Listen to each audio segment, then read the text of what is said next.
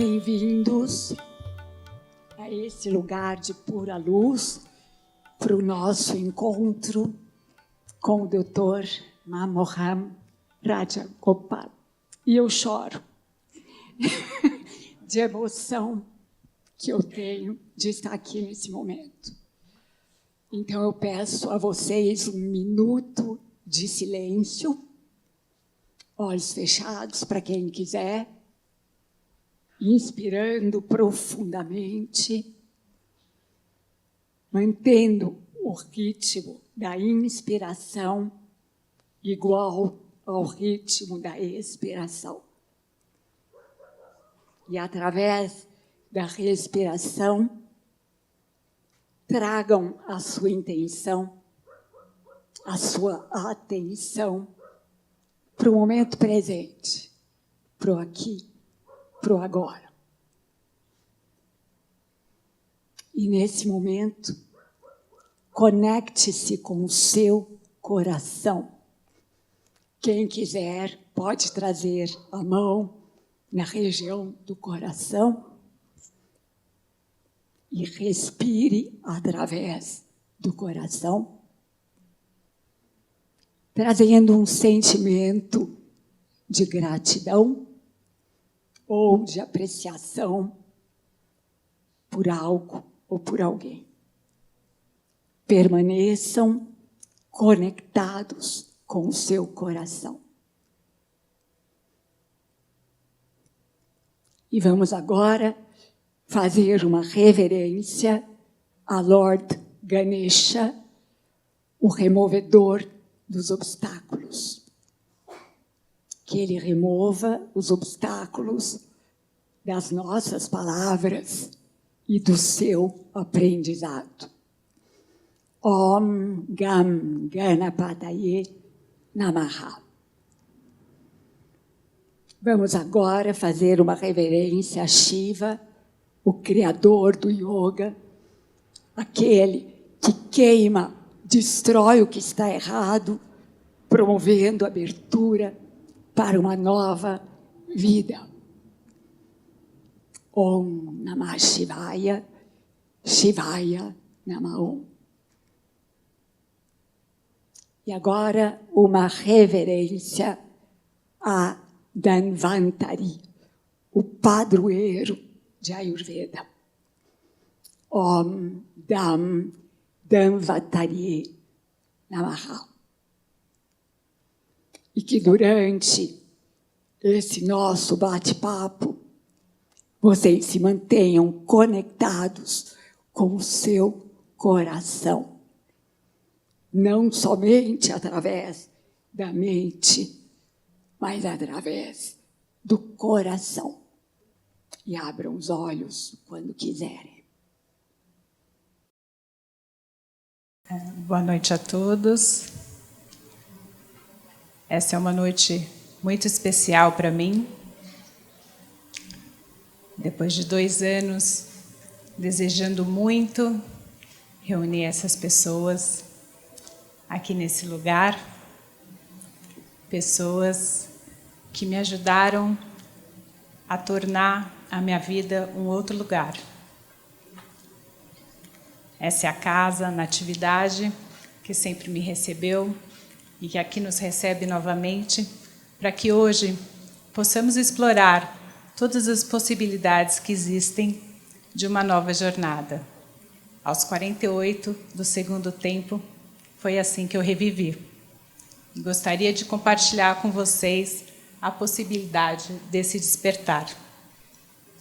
Aqui nesse palco, tem o Dr. Manu, meu médico, meu amigo, aquele que me viu despida, de cara lavada, sem esperança, mas que pegou em minha mão e me ajudou a ver que tudo podia ser diferente.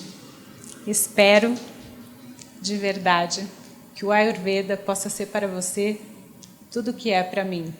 Uma possibilidade de ver que podemos, de verdade, nos conectarmos e que a cura está dentro de nós. Antes de começar, gostaria de me apresentar para aqueles que não me conhecem ainda. Sou Renata Serena. E, junto com Márcia, desenhamos esse projeto para vocês.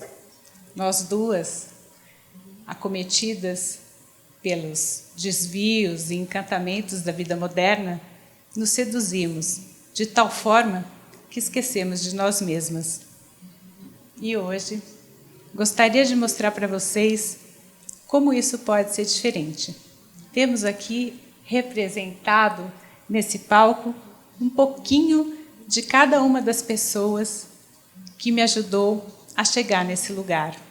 Um pouquinho da medicina moderna, da medicina integrativa, da medicina chinesa, do yoga, do ayurveda, meditação, silêncio e tantas outras ferramentas que são muito mais poderosas do que um comprimido. Convido vocês, então, e passo a palavra para Camila. Antes disso, sem reverenciar aquele que me proporcionou poder voar. Te amo, amor. Obrigada.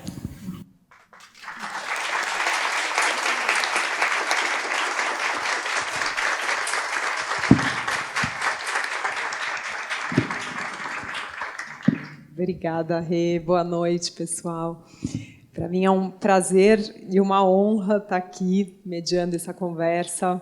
Fiquei muito feliz quando a Renata me convidou de fazer parte, de estar aqui sentada junto com esses mestres, né, pessoas que a gente sabe o tanto de conhecimento e o tanto de sabedoria e de luz que podem trazer hoje aqui para a gente. Não chora, Nininha, pelo amor de Deus, porque já é todo mundo manteiga derretida aqui, eu começo a chorar também. E estou muito feliz de estar aqui hoje. Vamos começar aqui, antes de qualquer coisa. Tem algum voluntário para responder umas perguntas aqui? Quem quer responder? Eu vou escolher. Você ali de camiseta rosa, que está só... Isso. Você já parou para perceber os sinais que o teu corpo te dá?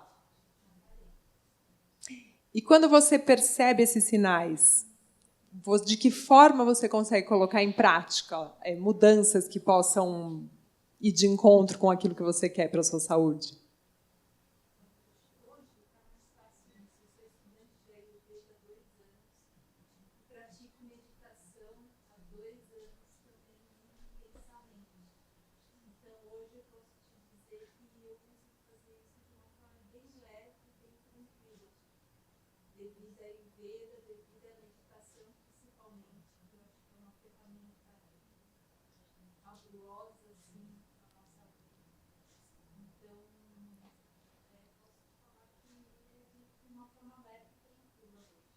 Perfeito. Bom, a terceira pergunta que eu ia te fazer já está respondida, né? Eu ia te perguntar sobre as ferramentas.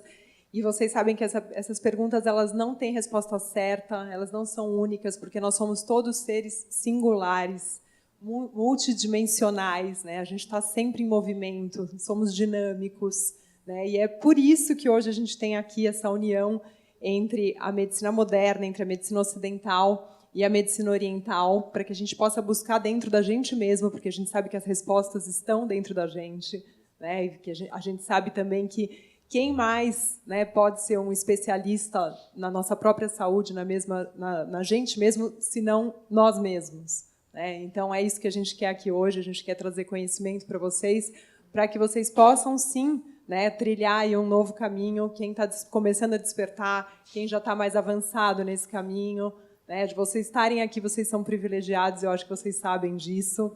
Eu vou começar apresentando, né, falando um pouquinho, apresentando formalmente para vocês aqui um pouquinho de cada um dos especialistas profissionais que estão aqui com a gente nessa noite.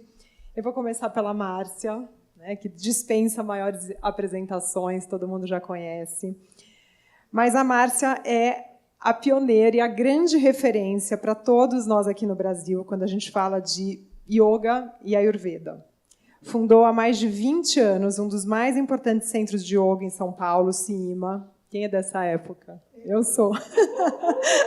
Primeira vez que eu pisei num tapetinho de yoga foi com a Márcia no CIMA, lembro bem, faz mais de 20 anos mesmo.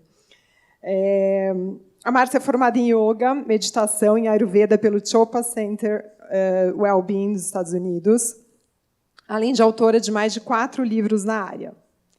Fundadora da comunidade virtual Comunidade do Despertar e do podcast Praticando o Bem Viver, líder em retiros e vivências dentro e fora do país, entre tantos outros projetos e consultorias no setor.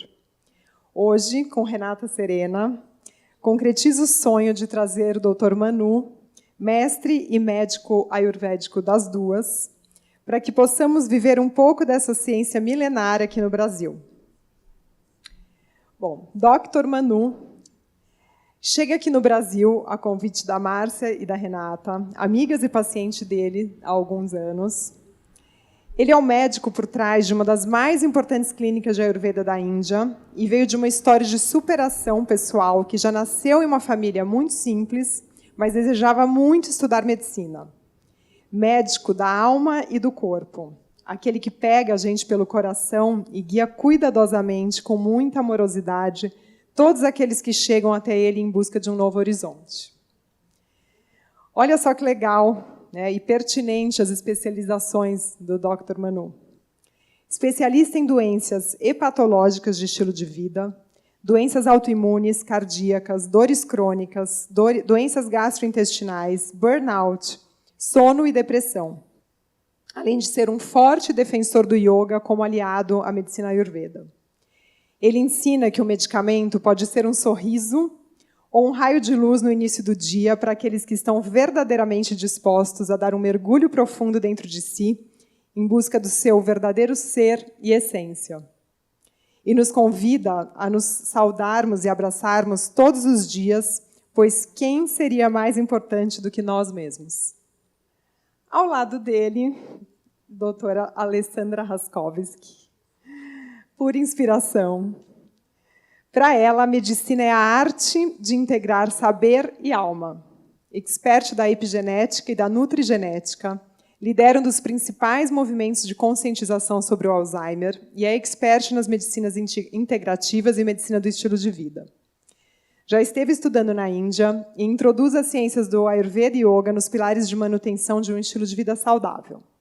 Veio hoje trazendo dados concretos e que requerem muito a nossa atenção, através de pesquisas importantes que despertarão nossa consciência sobre o que somos, sentimos, comemos e pensamos, e como podemos, sim, alterar o rumo de marcadores genéticos. Que se une ao apaixonado e irrequieto Dr. Ricardo Bossimeli, médico acupunturista, ortomolecular e ayurveda, que vem ao time para contrapor e reforçar dados da medicina milenar tradicional ayurveda, alinhados à avançada medicina genética, assim como nos trazer dicas práticas de como implementar mudanças na nossa memória celular, utilizando de ferramentas orientais e mindfulness. Bom, vamos começar então aqui essa nossa troca de conhecimento, né? A gente estava até conversando com a Márcia aqui antes de começar. Hoje a gente tem tanta informação, a gente sabe tanto o que fazer, a gente tem tanto acesso, né? A gente sabe que para ter uma vida saudável, para ter equilíbrio, a gente tem que se alimentar bem, a gente tem que ter um sono de qualidade, a gente tem que cuidar do nosso intestino. E muitas vezes a gente faz tudo isso, mas mesmo assim os níveis de cortisol estão altíssimos, né? Não sei se vocês sabem, mas o Brasil é o primeiro país onde mais tem casos de depressão. São 19 milhões de pessoas com depressão no Brasil hoje, diagnosticadas, né? A gente até discutiu que esse número, com certeza, é muito maior, e é muita gente, né? 19 milhões já é muita gente, imagina os casos não diagnosticados. No ano passado, a gente tem dados aqui de uma pesquisa que quase 49% dos brasileiros apresentaram níveis elevados de estresse nos exames mesmo, nos check-ups, nos laboratórios. Então, o que a gente está fazendo de errado, né? Já que a gente sabe o que fazer, a gente tem, né? Vocês que estão aqui já têm uma consciência, se vocês estão aqui, vocês já buscam uma vida mais saudável, tanto fisicamente como mentalmente. E onde que está o erro, né? O que a gente está deixando de fazer que continua nos deixando doentes? Então, isso que a gente vai tentar trazer aqui, através dos conhecimentos milenares do Ayurveda, né? E vamos tentar, então, cada um de nós, descobrir qual é a fórmula mágica para a gente conseguir trazer de verdade, né, esse a mais que a gente precisa para ter uma vida realmente saudável e equilibrada. Então, minha primeira pergunta, para ler, Ale, nessa nossa realidade, considerando seus estudos recentes e indicadores, nós estamos em harmonia? O que nosso estilo de vida tem provocado e em que intensidade? Acho que todo mundo sabe a resposta, né? Buscando a harmonia, que é tão difícil de encontrar. E os dados de todas as pesquisas comprovam muito isso. Não sei se vocês têm a noção de que 2022 foi o primeiro ano onde as doenças crônicas ultrapassaram as mortes por doenças infecciosas e acidentes de carro. Então, o que é doença crônica? Doença crônica é tudo aquilo que a gente faz durante a nossa vida. Então, como é que você lidou com a alimentação? Como é que você lidou com os horários para dormir, com a pausa que você é capaz de fazer, como você se alimentou? É claro que a gente tem a genética e é muito claro também que a resposta de cada paciente, eu falo sempre que eu fui devagar indo para outros saberes, porque eu ficava muito esvaziada na hora de tratar o paciente. Então, quando você olha para certos pacientes, você fala assim, nossa, mas seus exames estão ótimos, seria isso que você falaria. Mas a pessoa que está na sua frente está em sofrimento ou tem alguma dor e tem sintomas físicos, sim. Então, o que são as doenças crônicas? Do que se morre hoje em dia? Se morre de doença cardiovascular, em primeiro lugar, e doença cardiovascular é um dos quadros mais associados a colesterol alto, que vem do que a gente come, a estresse, a níveis de depressão. Então, a gente sabe que o percentual de pacientes que têm um infarto e deprimem depois é enorme, e vice-versa, que já tinham quadros de ansiedade e depressão e deixam o que na endocrinologia a gente fala o eixo hipófise adrenal hiperativado, ou seja, nós somos produtores de cortisol o dia todo. Então, o que é cortisol? Cortisol é um hormônio que deveria ser produzido a hora que a gente tem que reagir a um estresse. Agudamente, quem é liberado? Adrenalina. Então, ela me fala assim, vamos, estamos atrasados. Então, eu vou, libero minha adrenalina e corro e vou fazer o que eu tenho que fazer. Então, estresse não é negativo, gente. O problema é como a gente encara e se esse estresse é mantido cronicamente. E aí, o corpo tenta aumentar cortisol para que a gente consiga se recuperar.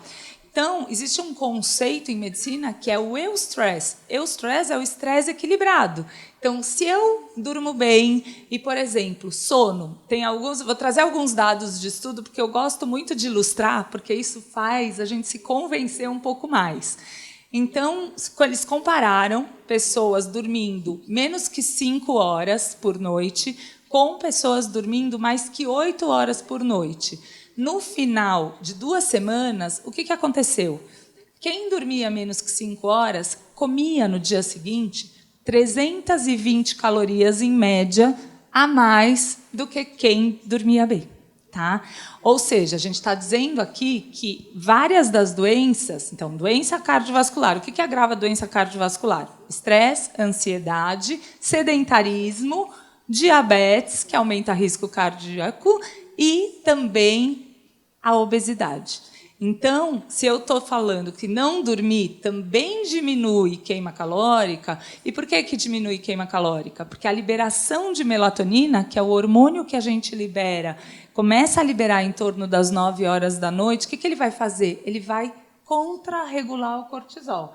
Então, se eu estou tranquila, desacelerada, não com o celular na mão, olhando o Instagram, mas deixa eu ver aqui, entrou uma mensagem de um paciente, ou entrou um e-mail, e aí eu começo a encadear várias coisas que vão aumentar o meu nível de cortisol, a minha melatonina não consegue subir adequadamente, o cortisol fica alto, e melatonina, tem teses de doutorado mostrando que melatonina regula o tecido de gordura marrom, que é o que queima mais caloria. Tá? Então, a gente vai fazendo tudo ao inverso. Quem dormiu mal, consegue acordar bem e fazer atividade física ou se sentir bem durante o dia? Não. Existe uma outra associação que a gente vai ter, por exemplo, com um sistema imunológico. Então, fora do Brasil, muitas vezes a endocrinologia é sinônimo de psico, neuro, endócrino e imunologia. Então, o que eu penso, como eu estou lidando com as coisas, muda os neurotransmissores. E esses neurotransmissores, que são serotonina, adrenalina e todos os outros, as endorfinas do bem-estar, elas vão ficar desequilibradas. Quando isso acontece, eu mudo os meus hormônios. Então, alguém que está muito estressado ou que tem uma desregulação própria da vida, uma perimenopausa, vai acabar tendo mudanças realmente hormonais e que impactam diretamente em microbiota e na parte da imunologia. Então, vários estudos também já foram feitos mostrando esse esquema de dorme menos horas na noite e dorme mais, e inoculando, respirando rinovírus, que é um vírus comum de resfriado, as pessoas ficaram 80% mais vezes com o resfriado em si, quando elas não tinham dormido.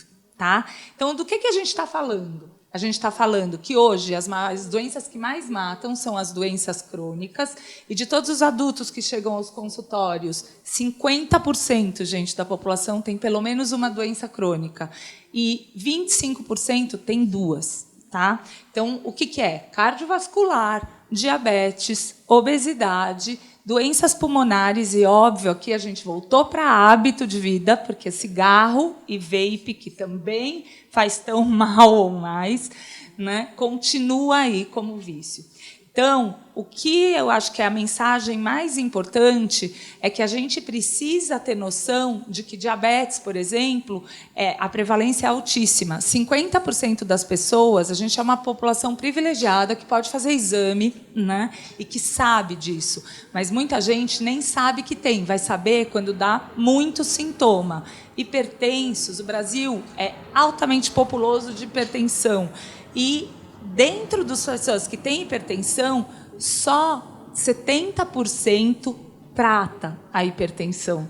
E na população mais carente, 30% não pega os remédios porque acha que isso é normal da idade. E a gente está envelhecendo.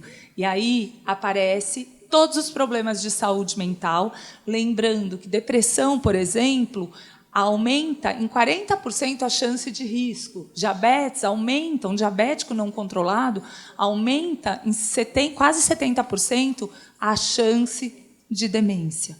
E é disso que a gente está falando. A gente quer viver mais tempo, mas a gente quer viver mais tempo com qualidade, com vitalidade e com funcionalidade. Né? Então, acho que está respondido aí. Obrigada, que a gente não pode medicalizar os hábitos de vida. A gente também normaliza, né? Eu acho que tem muita gente que vive no mal-estar e acha que é normal. Eu estou envelhecendo, todo mundo tem, né? Quando na verdade não. E eu acho que também é uma luta um pouco injusta, né? Quando a gente fala de celular, redes sociais, né? Da pressão que a nossa cultura, né? Principalmente, né? A maioria aqui é mulher, então eu vou até a gente vai só se sobrecarregando, né? A gente trabalha, a gente tem filhos, a gente tem então é complicado, né, Ale? Por isso que hajam ferramentas mesmo para a gente desenvolver. Eu acho que a gente sempre tem que pensar que o efeito manada, né, é ir para tudo isso mesmo. A gente tem que fazer uma força contrária. Sim. Né, porque não existe meio do caminho. Ou você está num ciclo vicioso ou virtuoso. Sim. Né? Então, Sim. é o que a gente falou. Se você dorme mal, você come mais, você engorda mais, Sim. você fica mais deprimido. Então, Sim. não vai dar certo. É o famoso piloto automático, né? E por isso que eu acho que o Ayurveda ajuda muito nesse outro, né, nesse caminho contrário, da gente olhar para dentro e sair disso, né? Bom, minha próxima pergunta para o Dr. Manu. Eu vou fazer a pergunta em inglês para ele, depois eu repito. Vocês estão com o tradutor, mas daí eu repito para vocês em português. Dr. Manu. Good evening. Good evening. It's a great pleasure to have you here with us. Thank you. Então, pessoal, considerando que a medicina Ayurveda trabalha a harmonia entre os corpos físico, emocional e mental, como a gente pode se proteger dessa curva crescente de doenças que a humanidade embarcou? Namaskaram. Namaskaram is welcome from Kerala, part of India. I have great pleasure in being with you all over here, and thanks for coming across on a weekday this evening.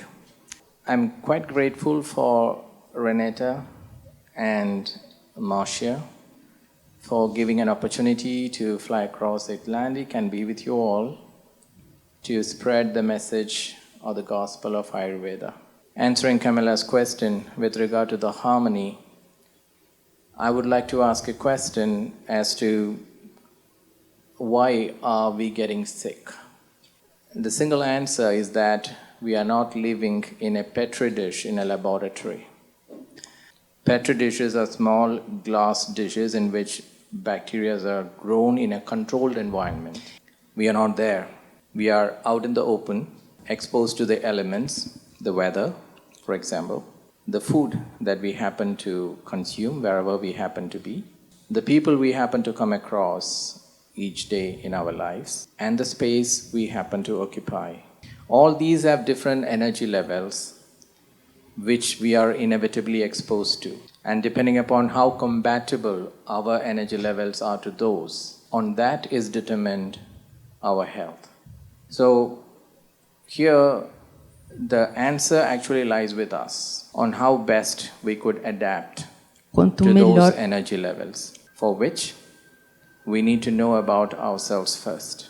How much do we know about ourselves other than our name, our age, our profession, maybe our marital status, or about our family? Apart from that, how much do we know about our own selves? How much of you know whether you are eating the right thing which is conducive for your own body? How much of you do actually ask yourself a question as to whether I did the right things today in terms of myself, my lifestyle? Why didn't I go for that half-an-hour walk today? Why didn't I practice my 1-hour yoga today, perhaps? What kept me away from it? Was it because 24 hours is not enough for me? Unfortunately, that's the only time which you have for each day. So it matters on fixing priorities. If you want to be a slave to medications and therapies, then we can ignore ourselves. There are too many supporting mechanisms, one too many around us. But why do you need to lean on those when the supreme energy governing this universe has gifted you a beautiful body and a beautiful mind? How much of those truths are you aware of? So we have, as a species, a long childhood. 10 years 10 anos is something which no other animal are lucky enough to be parented. Despite that, and being blessed with one of the highest intellects among all the other species, why do we look around for tablets and medicines? I would say that we are lazy or too greedy. We have so many things around us which attracts our senses and we go after them. It may be too many material things around us, like wealth, food, or any other thing which gives our senses undue pleasure. So in the bargain, we end up losing ourselves. We happen to allow things to fester in our body or our mind to a certain extent that we no longer could skirt around it. We have to go through it. And it can be at an important time in our lives when we never want such things to happen. At that time, when you come down like a stone, you will start thinking, I could have attended to this before. There's some sense of repentance, some sense of regret that comes in, which arrests our present and the plans for the future. So that's a learning. With each patient, I learn a lot. When they tell me the stories of how imbalanced or lack of harmony that they had in their lives and ask for a solution, all I need to do is to have a mirror pointed to them. The reflection that you see in that mirror is the solution, the answer. How you responded, or the nature that you responded, the way that you responded to certain stimuli, certain circumstances in life, all those happens to be the reason why you happen to be what you are right now.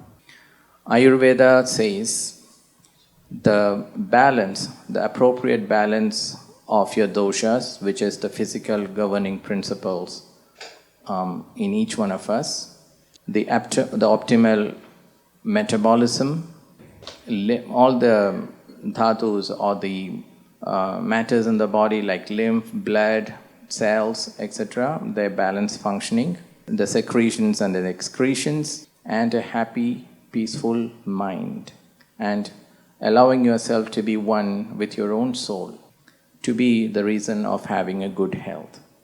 That is harmony. Isso é harmonia. And for which you need to know more about your own self. E para isso, você precisa se conhecer mais. Thank you. Obrigado. Thank you. Thank you, Dr. Manu.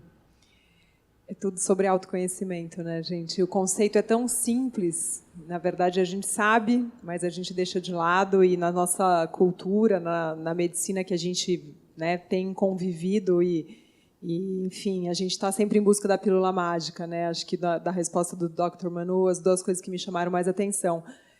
A resposta está no espelho e a gente entender que a pílula mágica não existe, né? É uma construção e é tudo um fruto daquilo que a gente, né, da maneira que a gente reage e encara as coisas. E falando em medicina moderna, né, nessa medicina ocidental, minha próxima pergunta é para a Alê, antes de passar para os outros participantes. Alê, como a medicina moderna se molda na abordagem integrativa e holística? O que o Ayurveda sabia há mais de 5.000 anos, que agora a medicina moderna confirma em pesquisas e exames de epigenética? Surge uma nova medicina? Ou existe já um nome e uma ramificação melhor a esse tipo de demanda do que a medicina do estilo de vida? Eu acho que a gente está fazendo aqui a nova medicina, né? Então, a nova medicina é a soma mesmo dos saberes, é unir tudo isso, porque cada paciente vai conseguir se tocar por alguma dessas ferramentas. As ferramentas não vão ser sempre tocadas com medicina moderna ou com acupuntura. Tem gente que vai olhar, né, eu detesto acupuntura. Tá, e eu costumo dizer que uma grande habilidade cognitiva é a criatividade. E eu acho que não é uma nova medicina. A medicina, para mim, é uma medicina de soma de tudo isso aqui, de soma do autoconhecimento do paciente, também agindo como seu médico interior, né, porque ele tem as ferramentas com ele, mas, principalmente, parando de ter... Eu me lembro quando eu quando eu me formei, eu queria fazer medicina de família, porque eu falava, como é que você vai conseguir tratar alguém se você não sabe de onde ele veio, né? Como é que você consegue dar uma dieta sem perguntar como é a sua vida, né? Então, tudo isso é o autoconhecimento e eu acho que cada vez mais, com as tecnologias, com tudo, hoje em dia o médico é quase um guru, um gestor das ferramentas que estão aí. Informação está cheio aí, todo mundo tem. Mas ajudar a se olhar no espelho, como disse o Dr. Manu, e falar, peraí, vamos por aqui, porque a gente tem tantas possibilidades que às vezes a gente se confunde, né? E a epigenética é o quê? É você tem a capacidade a gente nasce com genes que definem, por exemplo, acabei de voltar do Congresso Europeu de Diabetes e Obesidade, então tem estudos, eu já trabalho com epigenética e com testes genéticos há muito tempo, mas é uma coisa que está cada vez mais na realidade. A gente vê os médicos indianos ensinando sobre os doshas, né? Então, quanto que você tem de elemento de água, de terra, de fogo, o que reflete a natureza, o que está... Quando ele fala do espelho, para mim, eu me lembro da Márcia me dando algumas aulas antes de eu ir para a Índia, e ela explicava muito o que está dentro está fora, né?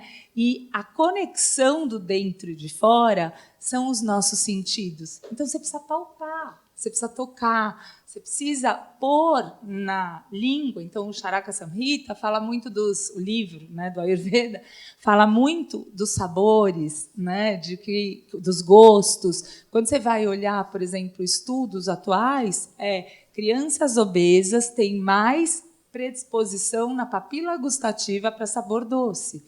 Mas isso é treino? Isso foi genético, é transgeracional, a gente sabe que é. Então, uma mãe que come muito doce numa gestação, ela consegue ligar ou desligar genes daquela criança. Então, quando a gente escuta, não oferta doce, açúcar para uma criança até os 2 anos, pelo menos, é um jeito de você treinar aquela papila gustativa para que essa criança realmente consiga se desenvolver mais. Por outro lado, a gente tem que ver, e cada vez mais a gente vê nos testes genéticos, por exemplo, o gene mais comum de obesidade chama FTO. Ele é prevalente em 20% da população. E ele faz o quê? Faz a criança, ou o adulto, a gente, né? Porque o gene não vai mudar, mas o que muda é a expressão desse gene. Você liga ou desliga. Então, se eu tenho um gene já que eu não consigo ter saciedade, eu preciso de treino. Como diz Marcinha, né? Disciplina, repetição, disciplina. Né? Então, não adianta fazer isso uma semana. Então, são coisas que a gente vai ter que aprender a fazer. Então, quando vocês perguntam como eu linko as coisas, eu acho que a gente tem uma memória aí da ancestralidade, de coisas que a gente já sente, que você vai olhando e fala, nossa, espera aí, em 2017, gente, que foi descoberto o gene clock, que é o gene do relógio biológico. O que a Ayurveda fala? Né? Já falava há muito tempo, só que essa publicação é de 2017. Você metaboliza melhor o alimento entre 6 da manhã e a hora que anoitece. Então, quando você vê, você fala, já sabiam, né? Só que faltava o estudo documentando, saber qual era o gene que você ativava ou desativava.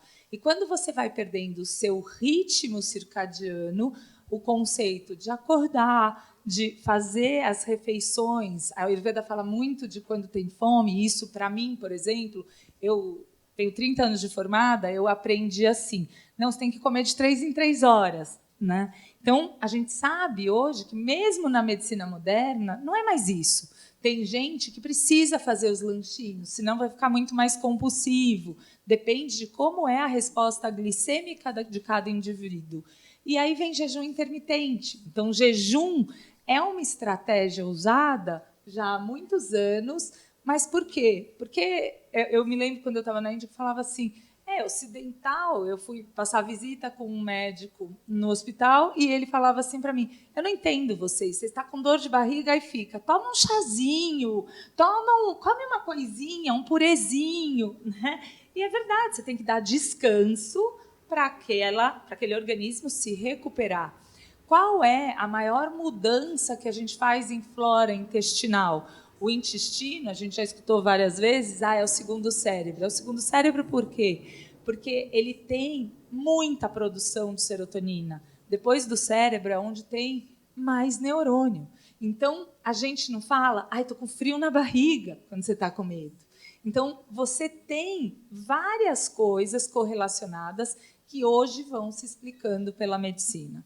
Então, para mim é muito lindo ver estudos. Eu acho que eu fui uma das primeiras médicas que eu fui dar aula de meditação e ciência num congresso de obesidade, não se fala mais mórbida, né, mas de obesidade severa, de cirurgia bariátrica. Porque a gente sabe que a cirurgia pode acontecer no estômago, ela muda as bactérias intestinais, ela facilita um reset do organismo, que é o que a nossa Rê, a Nini tentam sempre propor quando a gente faz, sabiamente, os resets na mudança de estação. É a gente tentando se sincronizar com todo o ciclo da natureza e deixando o que a gente tem dentro alinhado com o que está fora. E eu queria terminar falando um pouquinho do projeto social. Eles receberam, né, a Roda do Cérebro. E a Roda do Cérebro, para mim, é um exemplo disso. Eu comecei esse projeto social em 2018, muito baseado num estudo que saiu em 2015, que eles fizeram o quê? Eles pegaram pessoas com declínio cognitivo. Gente, quem dorme bem, rende bem no dia seguinte, raciocina bem, tem boa memória, né? Faz neuroplasticidade cerebral. Quando você pega um ratinho que está deprimido E como o rato faz neuroplasticidade nos estudos, ele vai para as rodinhas e fica lá fazendo exercício. Se ele não está tratado, então aqui também fica um alerta que muitas vezes a gente briga, a gente vai pelo lifestyle, tudo. Mas, graças a Deus, a gente tem medicação quando é preciso. Tem uma porta enorme se abrindo aí, até com medicina canabinoide, com os psicodélicos. Mas tudo isso não tem que ser recreativo, tem que ser acompanhado e feito com bom senso. Então, esse projeto do Cérebro em Ação é porque, durante 2 anos, essas pessoas com declínio cognitivo, elas foram submetidas a fazer 150 minutos de atividade física por semana, que é pouco, né? Foram submetidas a fazer uma prática de 10 minutos de meditação por dia e comer melhor, tirar álcool em excesso, parar de fumar e tratar doenças crônicas, cardiovasculares e outras. No fim de 2 anos, houve reversão do declínio cognitivo em 40%. Tá? E a gente acabou de publicar, no final do ano passado, o estudo Finger do Brasil. E esse estudo Finger mostrou que aqui no Brasil, por conta da baixa escolaridade e também por hipertensão e diminuição auditiva, e aqui também eu acho que é uma mensagem super interessante, na linha do que é normal com a idade, né? Então, não escutar bem não é normal com a idade e piora muito a chance de demência. Tá? 7% da população brasileira tem algum distúrbio auditivo e vai aumentar em 47% o risco de demência se não fizer treinamento auditivo. Por exemplo, se eu escuto pior do ouvido esquerdo, eu posso escutar podcast só desse lado, para estimular. Tá?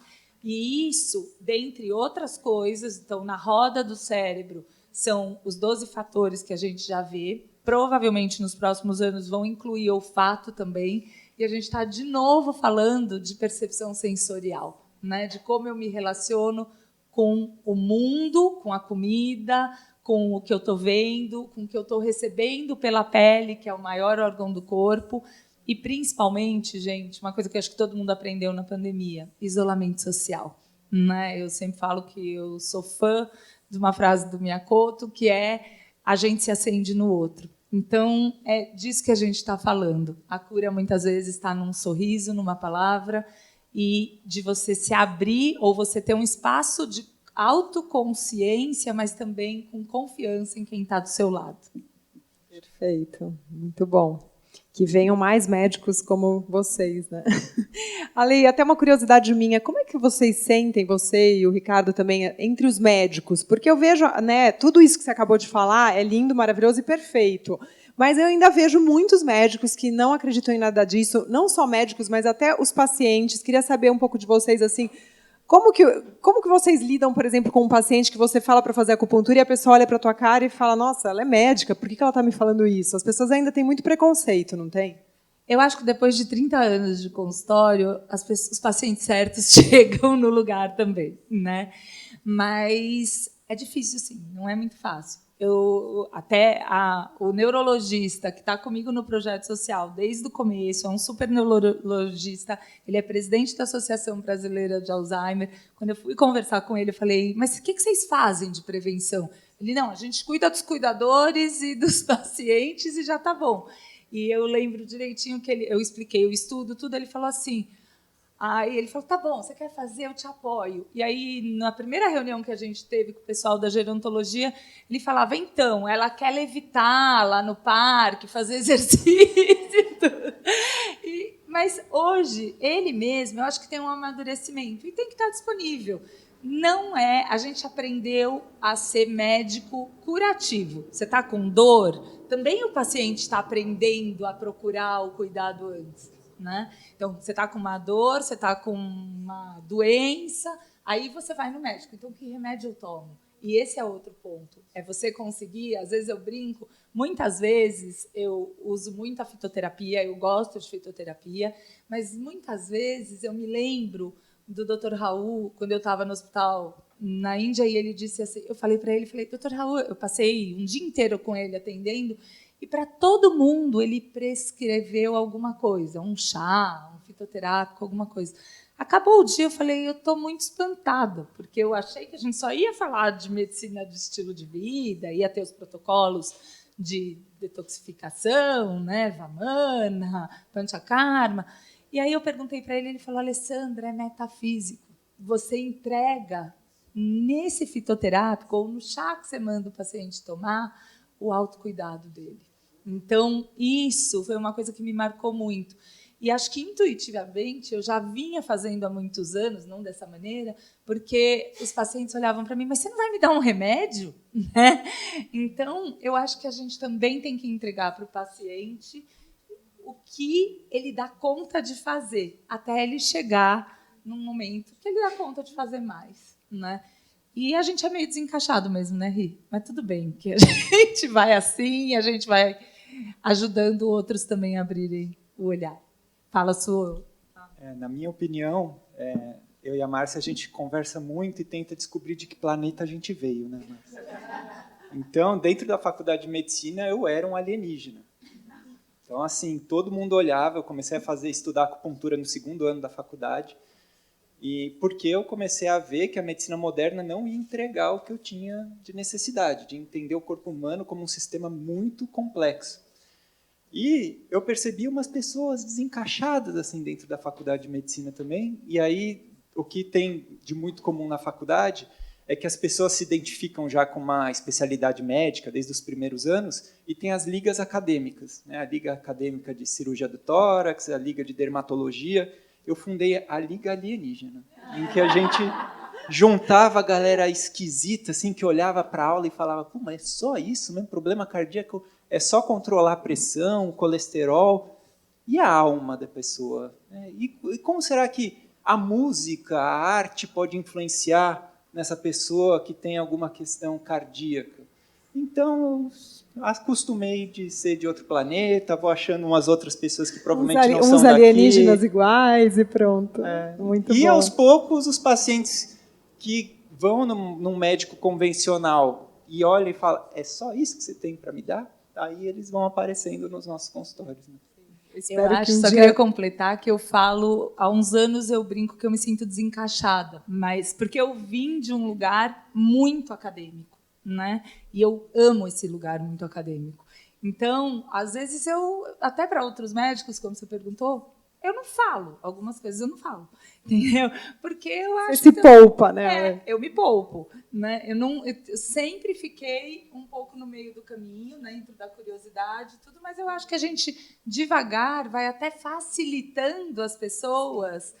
Você apresenta uma coisa conhecida, que é confortável para ela e vai puxando. Sim, né? Sim. Eu sou esquisito, né? Bom, espero que num futuro próximo a maioria dos médicos sejam esquisitos como você. Eu entrei nesse processo, né, desde o começo da faculdade de medicina e, lógico, sempre tentando dialogar com meus colegas de turma.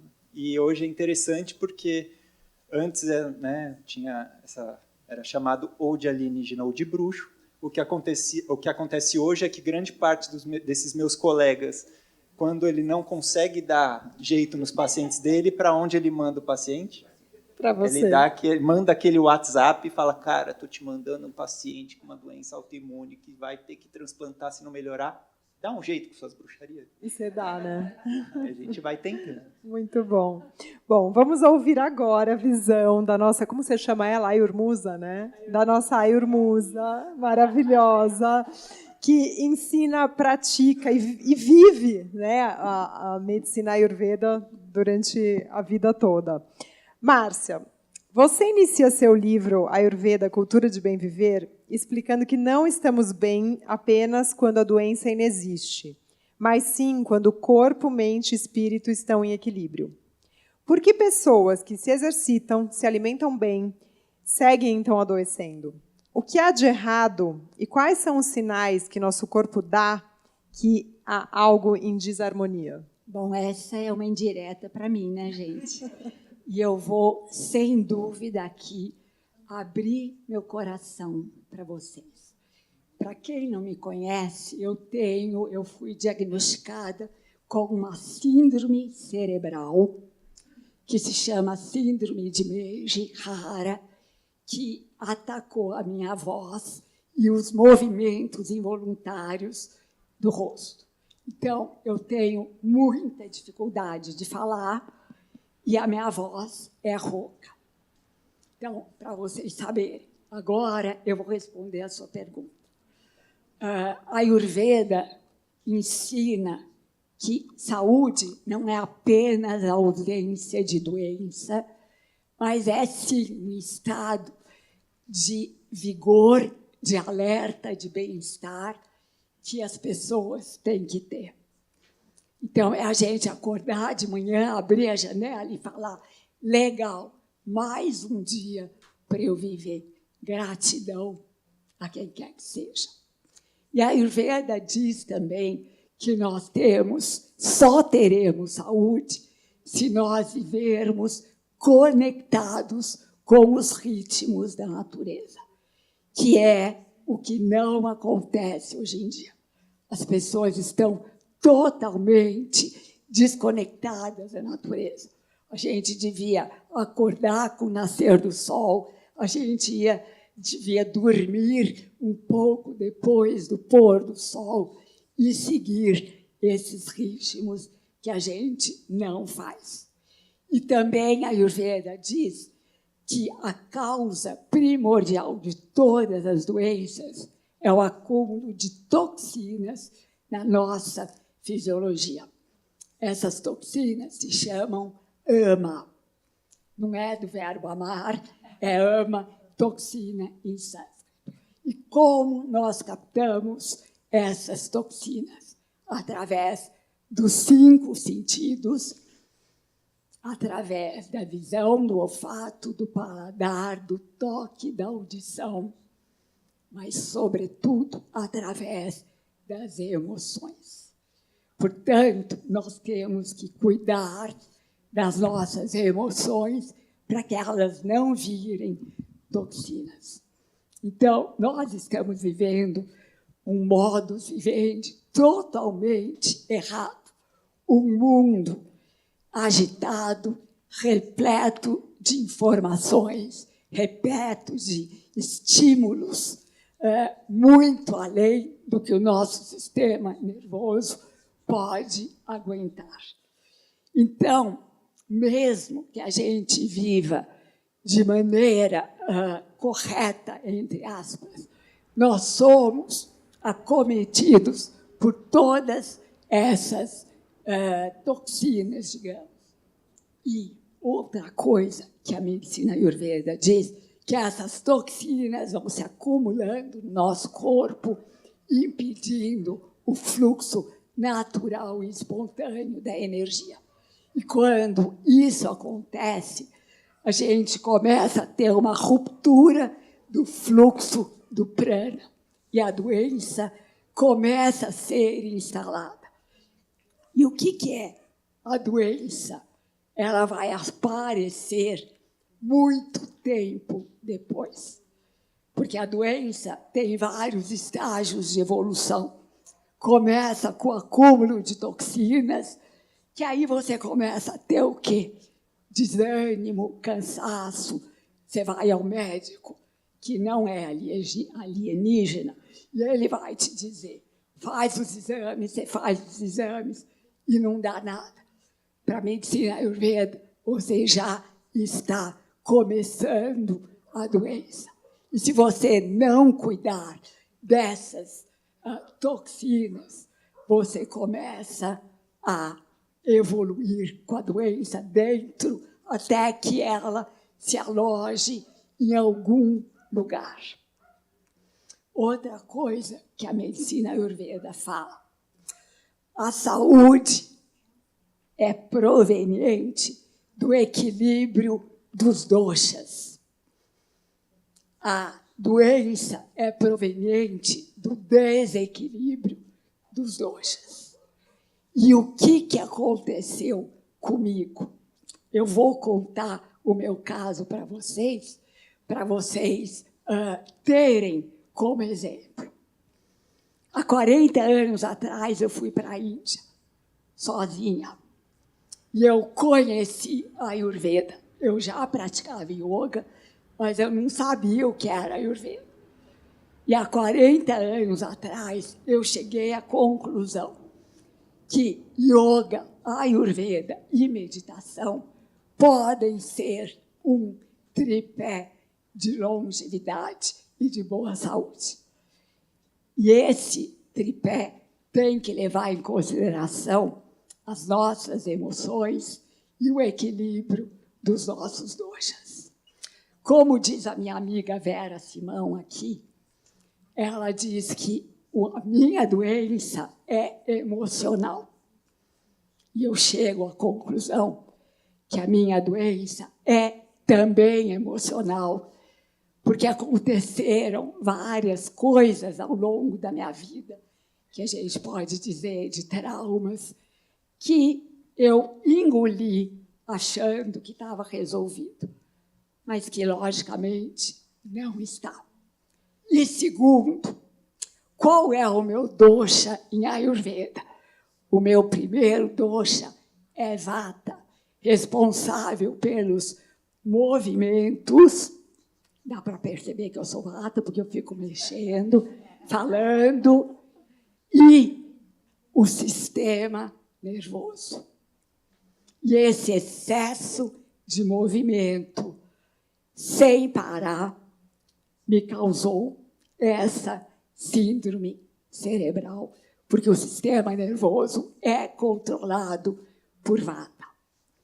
Há 10 anos atrás, porque o Dr. Manu é meu médico há muito tempo, há 10 anos, ele me dizia que o meu problema era cerebral. E eu pensei assim, imagina, que eu vou ter de cérebro? Eu faço yoga, eu como direito, eu medito, eu sigo a Ayurveda. Como que eu posso ter uma doença de cérebro? E não liguei. E continuava com uma vontade intrínseca, uma paixão por ensinar. Eu queria ensinar as pessoas. Então, eu criava cursos, fazia lives, não parava um segundo. Não parava.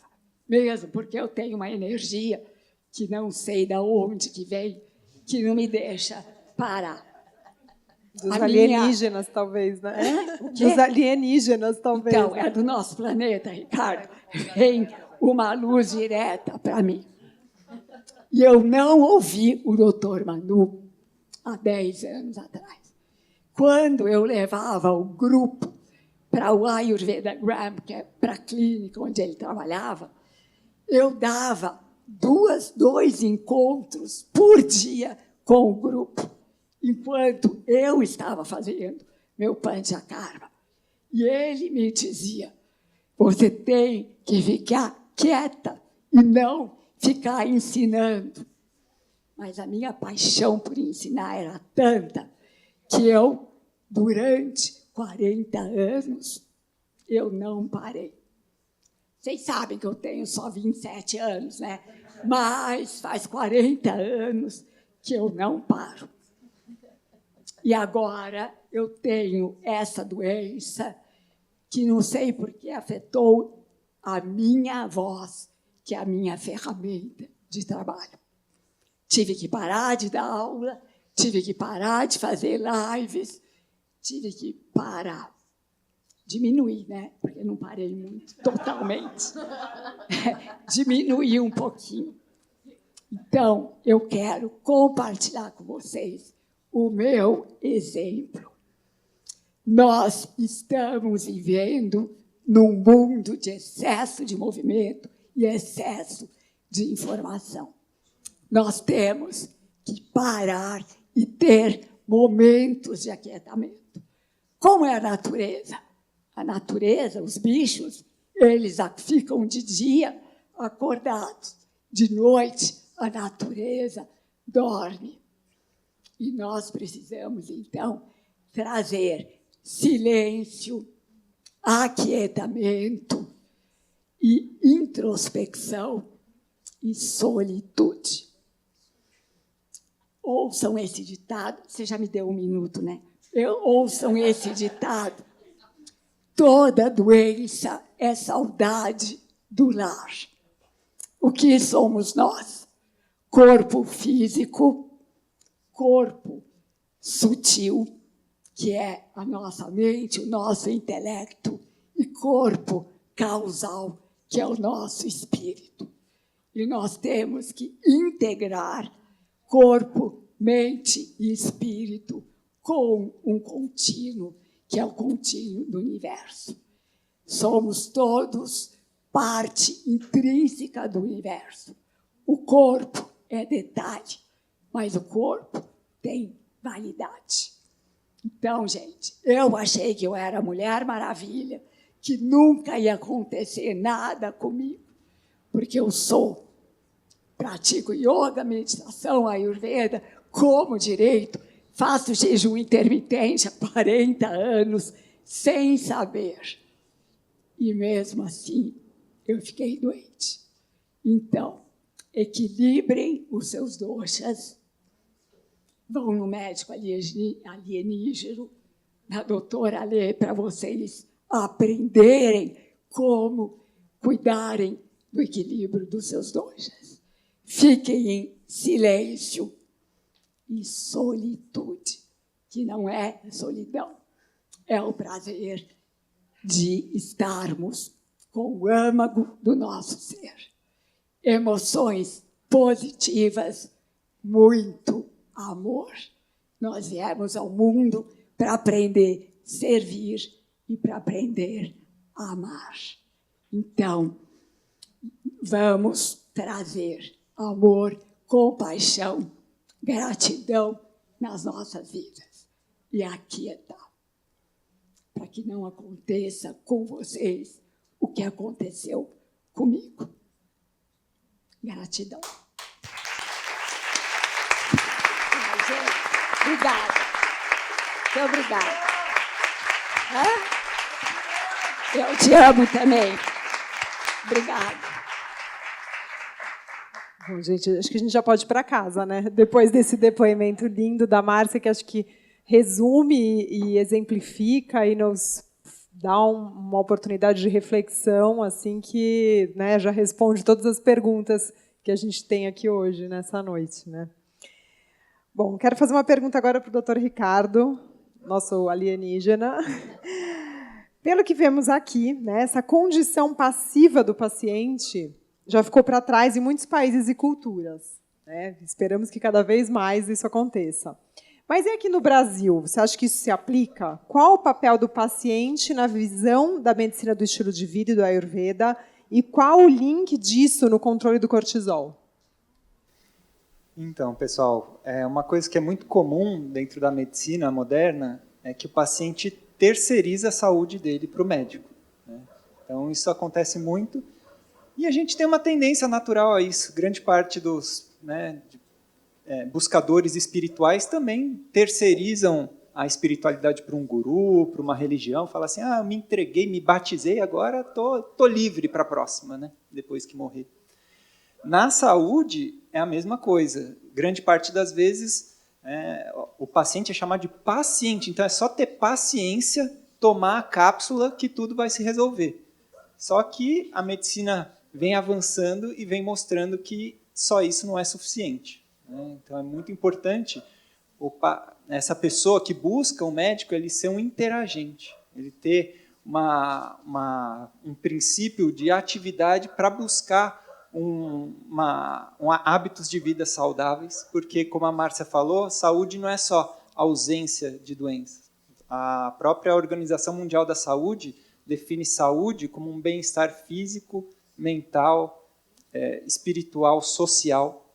Então, a gente tem que buscar esses pontos para que a gente consiga cultivar a saúde. Esperar uma doença chegar para começar a se cuidar, é como a Márcia falou, pode não ser a melhor escolha. Na medicina chinesa, eles dizem que esperar ter sede para cavar um poço pode ser tarde demais. Então, o que acontece? A medicina preventiva ainda é vista muitas vezes como vai fazer a mamografia, vai fazer os exames de rotina. O problema é que os exames de rotina, eles não são preventivos. Eles fazem um diagnóstico precoce, já de uma doença instalada. A prevenção não tem relação com fazer exame, pessoal. Lógico que os exames genéticos, alguns exames vão ajudar a ter consciência de possíveis riscos em algum sistema que a gente pode ter. Mas se você busca prevenção, isso está mais relacionado com atitudes e engajamento do que essa relação passiva e de ter uma espera para que o processo de doença se instale. Então, essa atividade, essa proatividade é muito importante. Hoje, a expectativa de vida vem subindo muito. Então, a gente tem com maior concentração em pessoas acima de 80 até 90 anos, só que com qual qualidade de vida? Se a gente for depender das medicações, pode ver pessoas com 80, 90 anos, a cestinha de remédio. Acho que se uma pessoa investir numa marca bonita de cestinha de remédio, sim, vai vender bastante, porque é o que as pessoas mais estão comprando. Né? Porque a pessoa vai passando por um período de tempo, o que ela vai fazendo é exatamente isso. Começa com uma hipertensão, aumenta o colesterol, começa a ter algum distúrbio respiratório, digestivo, e a cestinha só vai aumentando. Ela só vai aumentar enquanto não tiver mudança de atitude na alimentação, em atividade física, em gerenciamento de estresse, em cultivo, como a Márcia falou, de virtudes como compaixão, bondade, equanimidade. Se você não buscar esse processo, a sua cestinha de remédio só vai aumentar. Verdade, né? E você sabe que eu pensei nisso essa semana, e tem a ver com o que a Ale falou do neurologista também, que falou, ela quer levitar.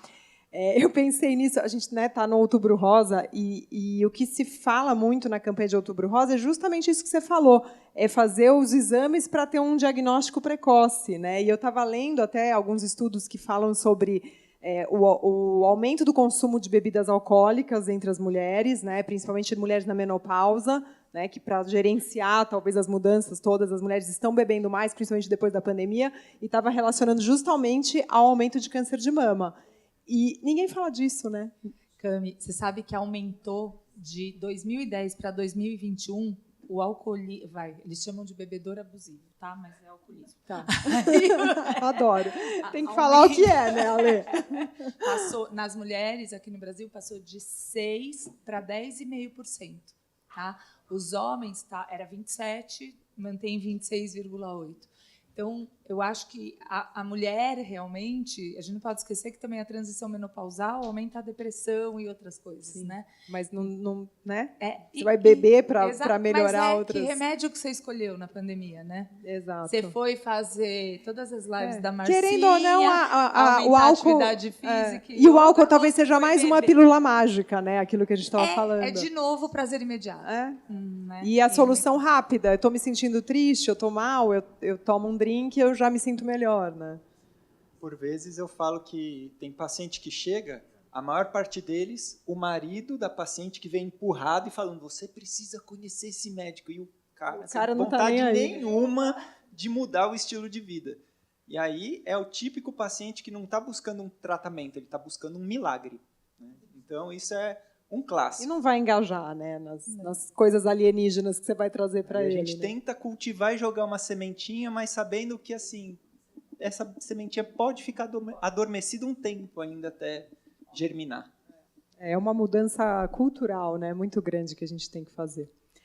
Dr. Manu, é possível viver nesse mundo insustentável e encontrar soluções para ser feliz e saudável? Quais os principais erros e fatores deixados de lado pelo paciente? E por que, às vezes, o que achamos ser o caminho certo são, na verdade, armadilhas? Somehow the world is sustaining us. De uma forma, And it can sustain, again, a lot of millennia. Cyclical changes between ice ages and interglacial ages or warming periods have been going on every 100,000 years. Essas mudanças climáticas, elas vêm acontecendo desde a era glacial e por alguns períodos de tempo. Species comes and goes. As espécies vêm e vão. And the survival of a species depends upon how best it could adapt to the changing environments. We are getting warmer by the day.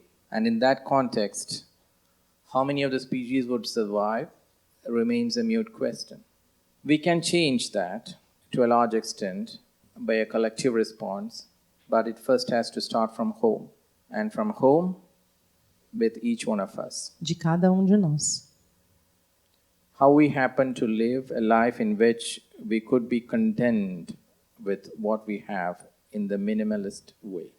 How can we reduce our greed and our selfishness? It matters a lot to humanity. Isso é muito importante para a humanidade.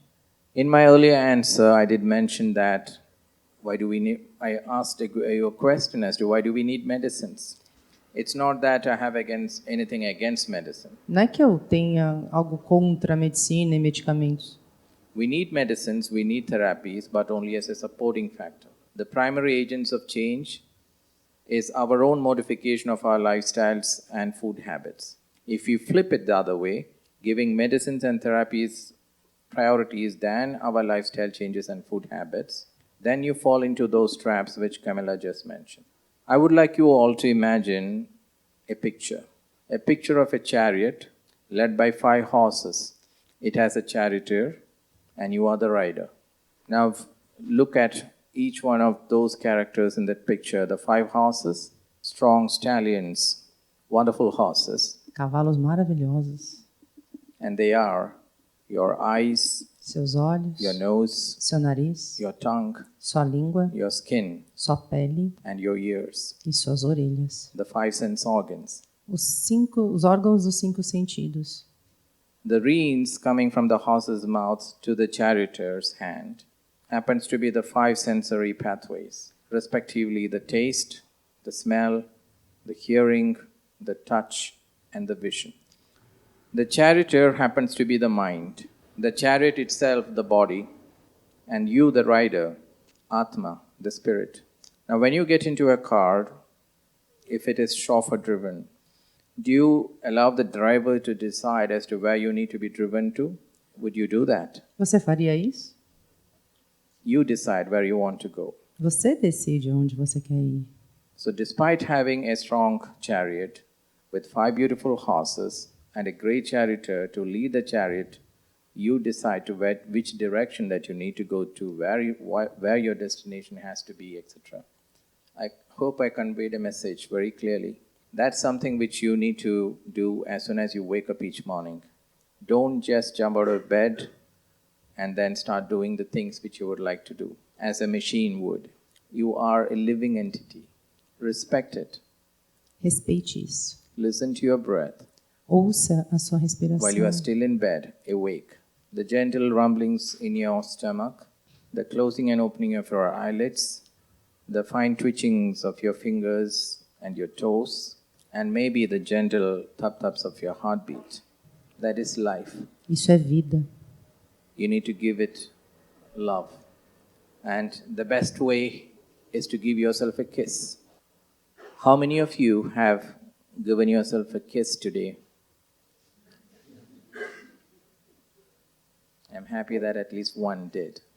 Eu fico feliz que pelo menos fez isso. So this is what is missing. Isso é o que está faltando. We have all the systems of medicines among us. Nós temos todos os sistemas de medicina We e do de have medicamentos. Ayurveda, naturopathy, allopathy, homeopathy, Unani, Siddha, Reiki, yoga, you name it. But each of them have their own advantages and disadvantages. Okay? Ayurveda is preventive and curative. Allopathy is reactive and curative. In allopathy, a reactive management which includes invasive procedures like surgeries. But why do we need to wait till that time? Why can't we prevent things which we know is there in the offing? We have been living with millions of organisms around us from the time that we evolved. It's all about how we learn to adapt to each changing situation each day. All we need to do is to learn to adapt to the changing environments. And next time, before you respond something to which annoys you or frustrates you, practice half a minute of a silence. Then the yoga and the pranayama which you practice today will be much more worthy. Tools are there aplenty, and you use them, but execute.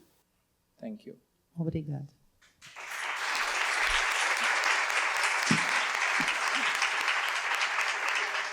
Thank you, Dr. Manu. I think I never kissed myself. Gonna start from today. Dr. Ricardo, o que mais, na sua visão, entra nessa equação?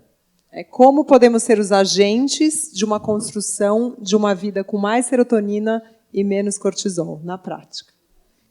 Então, pessoal, na prática, a gente precisa trabalhar esse estilo de vida, porque o cortisol está relacionado com um princípio de luta e fuga. É uma reação do nosso corpo a partir de uma interpretação da nossa mente de que estamos em perigo. Existe uma tendência natural da nossa mente, quando não está focada, a gente busca identificar no ambiente ou no nosso corpo alguma coisa que está errada para precisar consertar. Isso tem estudos científicos comprovando, e os neurocientistas dizem que a nossa mente é teflon para pensamento bom e velcro para pensamento ruim. Então, existe um entendimento que naturalmente somos um pouco mais pessimistas. E o que acontece? Se você fica com um nível de dispersão, você geralmente vai procurar alguma coisa de ruim que pode acontecer com você, no seu ambiente, na sua família, e todo mundo conhece essas preocupações. O que acontece é, quando você entra nesse nível de preocupação, o seu cérebro entende que você está sob ameaça. E aí começa o eixo que a Ale falou, a sua hipófise libera ACTH, aumenta o cortisol, você entra no estado de luta e fuga e atenção, e se você não desliga isso, essa onda de cortisol vai aumentando, vai gerar uma resposta metabólica de inflamação, e essa inflamação no corpo vai depletar a serotonina. E com isso, o seu nível de prazer e bem-estar vai caindo. O que vai acontecer, você não se sentindo bem, vai ser o que o Dr. Manu falou. Você vai buscar, através dos órgãos do sentido, algum nível de prazer. E aí vem as compulsõezinhas, sejam alimentares, sejam busca por substâncias, por exemplo, álcool, sexo, tudo isso que hoje está na moda da onda da dopamina. Então, todo mundo falando como aumentar a dopamina, que aumenta o engajamento, aumenta a proatividade. Tudo bem, acho maravilhoso, mas e aí? Cada vez você vai querer mais e mais e mais. E toda a percepção que o Dr. Manu falou, dessa necessidade de recolhimento, de ter uma alma conduzindo a mente para não ser levada pelos órgãos do sentido. Acho que a gente tem que tomar muito cuidado com o que é exposto hoje em dia nas mídias sociais, mostrando essa alta performance, esse alto desempenho. Qual o custo disso? Tanto para a sua saúde mental, para o meio ambiente, para o mundo que a gente vive, mas toda essa questão ambiental, de aquecimento global e tudo mais. Eu acredito que esse equilíbrio, essa busca pelo equilíbrio do cortisol e serotonina, é algo importante tanto para a saúde física, mental, até mesmo espiritual, e do meio ambiente. Eu vejo que hoje também fala-se muito das questões de genética. E isso não é muito de hoje. Nos anos 90 começou o famoso Projeto Genoma. Quem lembra de assistir no Fantástico, domingo à noite? Nossa, o pessoal já deixando a idade clara. Então, no domingo à noite dos anos 90, não tinha celular para ficar rodando o dedinho, a gente assistia o Projeto Genoma, falando que estão decodificando todo o nosso genoma, que a gente, quando nascesse, ia fazer o exame genético, ia ter tipo um RG falando que aos 30 anos vai ter pressão alta, aos 60 vai ter um AVC, aos 90 um infarto. Todo mundo achando que ia ser um determinismo, assim como a medicina hoje ainda coloca quase como uma visão medieval de que a gente pergunta, por que eu tenho esse colesterol alto? Por que eu tenho essa pressão alta? Ah, porque os genes quiseram assim. Então, hoje, essa questão está começando a mudar, que é a epigenética, né? Então, nosso estilo de vida ele vai gerar alterações numa proteína que chama estonas, que vai alterar, ligar ou desligar os genes.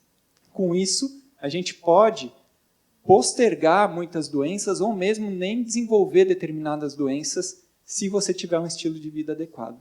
No projeto, né, Cérebro em Ação, fala-se então desses estilos de vida, mas, por exemplo, é possível hoje fazer um teste genético para ver se você tem um gene chamado ApoE4. Ele aumenta 12,5 vezes o risco de você ter Alzheimer, mas ele não é determinante que você tenha Alzheimer. Por quê? Se você tiver um estilo de vida adequado, você reduz significativamente a ativação desse gene.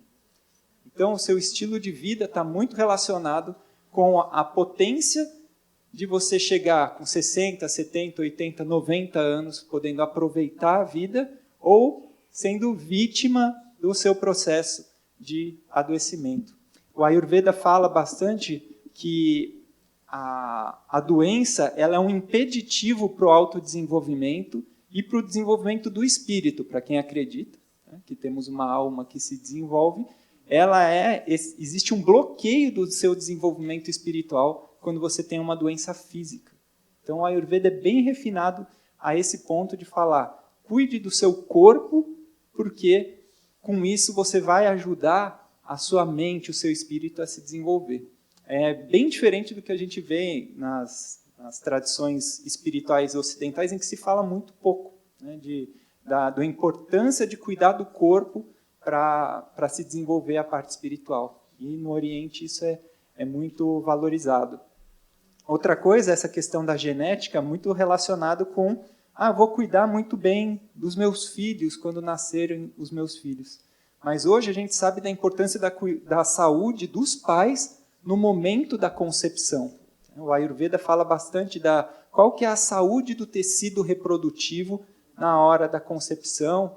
Então, tem-se todo esse trabalho preventivo da saúde dos pais para, né, cultivar essa saúde nos filhos. A medicina chinesa fala que muitas doenças vêm do que eles chamam do Jing pré-celestial. Então, eles falam dessa energia dos pais que é levada para os filhos. Então, se você quer filhos saudáveis, você tem que cultivar saúde em você. Muitas vezes eu vejo pais muito preocupados com a saúde dos filhos, muitas vezes atendo crianças pequenas, e os pais falando assim, não, para o meu filho, muitas vezes eu não dou açúcar, eu só dou alimentos mais naturais, orgânicos. E você? Eu às vezes estou comendo um negocinho ali. Mas o que acontece? Criança não aprende ouvindo nada, gente. Então, assim, o que você fala para a criança vai quase que entrar para um lado, sair pelo outro. O que ela vai aprender é com o que ela está vendo. Então, pais que não têm hábitos saudáveis, já tem estudos mostrando que a criança monkey see, monkey do, né? Então, assim, o que a criança vê, ela vai repetir. Não adianta você ficar empurrando a abobrinha para o seu filho comer se você está ali com uma alimentação inadequada. Então, acho que tudo isso é importante, tanto para a saúde individual, né, de cada pessoa, para a saúde das gerações que estão vindo, para que a gente consiga promover mais saúde e não precisar brigar contra tantas doenças. Eu acredito que nessa visão preventiva, se a gente promove saúde para o corpo, não tem espaço para a doença entrar. A doença que entra, ela entra porque houve uma lacuna na saúde.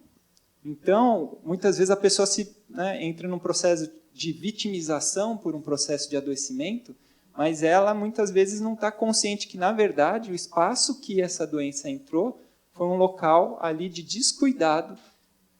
Porque se você olhar para o corpo humano, se você faz um machucado na pele, basta você não mexer na sua pele. A tendência é que o seu corpo cicatrize, o seu corpo tem uma inteligência incrível. Grande parte das doenças, elas são resultados de algo que você está fazendo errado. Não que você fez de errado uma vez ou duas, por vezes algo que você está fazendo de errado há meses ou anos.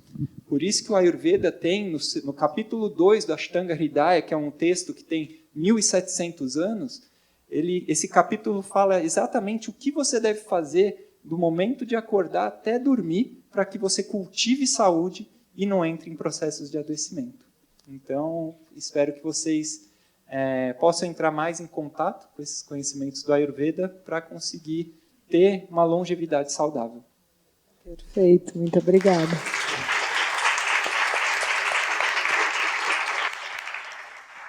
Tenho mais uma pergunta para a Márcia.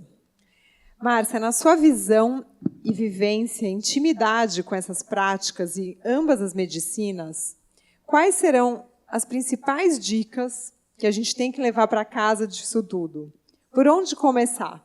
Onde um abraço ou uma caminhada com os pés descalços na areia se tornam mais importantes para a saúde do que os medicamentos da indústria? Bom, você acabou de falar justamente de andar descalço. O contato com a natureza é uma grande ferramenta para a nossa saúde. O Sadhguru, eu não sei se vocês conhecem, que é um guru da atualidade na Índia, ele diz que 70% da nossa saúde pode ser proveniente de andar descalça na grama todo dia, de abraçar a árvore, de inspirar ar puro, ou seja, contato com a natureza. Segundo, deixa eu pensar aqui o que eu vou falar, o silêncio através da meditação é importantíssimo. Quando o quando o Dr. Manu falou sobre a carruagem com os 5 cavalos e com uma pessoa que guia e outra, isso é a representação do Bhagavad Gita. Não sei se vocês já ouviram falar, um texto antigo do yoga que conta a história de 2 famílias que estavam lutando pela posse da terra e que tinha um lado rico e tinha um lado pobre. E o lado pobre não tinha armamentos para entrar na luta. Então, ele chamou Krishna, que era a representação da consciência suprema. E o Krishna era o condutor dessa carruagem. E ele ensina para Arjuna, que era o representante do lado pobre, os valores da vida, que são os valores que fazem parte do Sanatana Dharma. Não sei se vocês já ouviram falar, que é a maneira correta de viver. Então, eu acho que esses valores são essenciais para a nossa saúde. Viver dentro de uma maneira correta, como, por exemplo, a retidão, o respeito, a integridade. E dentro desses 20 valores, eu enalteço aqui o silêncio. Nós temos que fazer períodos de silêncio. E a solitude. Solitude não quer dizer solidão. Não é para nós sermos seres alienados. É para nós ficarmos em solitude e em silêncio com a sua própria presença. É você ter o contato com o âmago do seu ser, com Atma, como o Dr. Manu disse, que é a nossa essência. Diria também simplicidade. Make it simple. Eu tenho um professor na Índia que diz sempre, make it simple. Vamos ter uma vida mais simples. Não precisamos ter razão sempre. E cada vez que você tiver que optar entre ter razão ou ser gentil, seja gentil. A gente não precisa provar que temos razão para os outros. Nós temos que respeitar a opinião dos outros. aceitação. Quem aceita as coisas se torna um ser humano mais em paz. Por exemplo, os indianos dizem que tudo que acontece é porque tem que acontecer. Isso não quer dizer que a gente não vai fazer nada, porque tudo que acontece tem que acontecer. Mas a gente tem que agir, mas aceitar o que acontece. E quando acontece algo ruim, entre aspas, que a gente rotula por ruim, a gente tem que sair da vitimização, da dramatização e entender, fazer a pergunta: o que eu tenho para aprender com isso? Que é o que eu estou tentando fazer com a minha doença. Não estou reclamando, não estou dramatizando, eu estou refletindo para ver o que aquilo está me ensinando para eu ser um ser humano melhor. Ter um propósito na vida, eu acho que é super importante. E aí a gente tem o Dharma, que é o propósito, e o Sanatana Dharma, que é viver de acordo com os valores universais. Que, aliás, eu acho que o grande caos do mundo ali fora é porque as pessoas se desconectaram dos valores. Não existe mais integridade, não existe mais bondade, não existe mais verdade. As pessoas estão egoístas, como o Dr. Manu falou, e egocêntricas. Importante saber que quem ainda não encontrou o seu Dharma, quem aqui já encontrou o seu propósito de vida, levanta a mão. Sorte de quem encontrou. Nem todo mundo encontra. E as pessoas, meus alunos, me perguntam assim: como eu faço para descobrir o meu Dharma? Porque agora está na moda descobrir o Dharma. Livros falando sobre propósito. Mas como você pode saber o seu propósito se você não sabe quem você é? Então, eu digo que existe um propósito primordial, um que vem antes de todos, que é muito simples. Seja um ser humano melhor a cada dia. Que hoje você seja melhor do que você foi ontem e que amanhã você seja melhor do que você é hoje. E, logicamente, eu sou suspeita, mas a prática do yoga, eu digo aqui, gente, o yoga antigo, o yoga de Patanjali, o yoga real, que tem os 8 passos, yamas e niyamas, que formam o caráter. Nos primórdios, nenhum professor de yoga aceitava um aluno que não tivesse o caráter formado. Yamas e niyamas. Terceiro ponto, pranayama, asanas, desculpe, as posturas físicas do yoga, que tem um objetivo principal.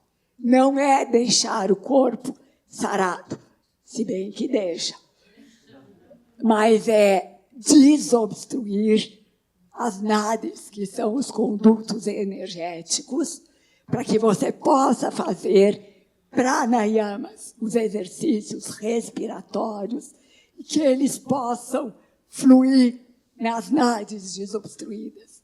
Porque se o seu corpo estiver obstruído por essa, truncando o fluxo do prana, não adianta respirar.